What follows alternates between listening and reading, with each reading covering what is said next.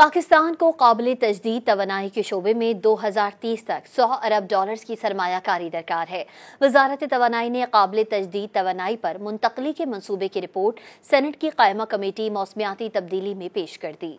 Senate कायमा committee मौसमियाती तब्दीली में पेश की गई वजारत तवानाई की रिपोर्ट के मुताबिक 2030 तक 60% तवानाई काबिल तजदीद ज़राए से पैदा करने के लिए $50 अरब दरकार होंगे।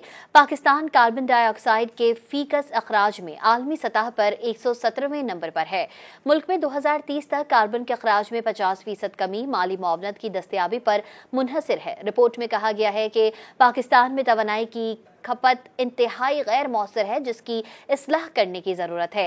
काबिल तजदीद तवानाई मुंतकली के लिए पानी, सूरज और हवा से बिजली की पैदावार में इजाफा निहायत ज़रूरी है। क्लाइमेट फाइनेंसिंग के जरिए 2000 मेगावाट से ज़ायद के थर्मल पावर प्लांट्स का खात्मा किया जाएगा। ट्रांसपोर्ट और घरेलू इस्तेमाल के लिए फॉसिल फ्यूल से बिजली पर इन्हिसार किया जाएगा।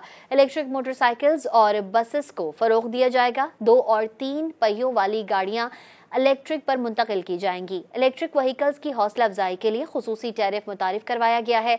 12 लाख से ज़ायद डीजल ट्यूब वेल्स को शमसी तवानाई पर मुंतकिल किया जाएगा।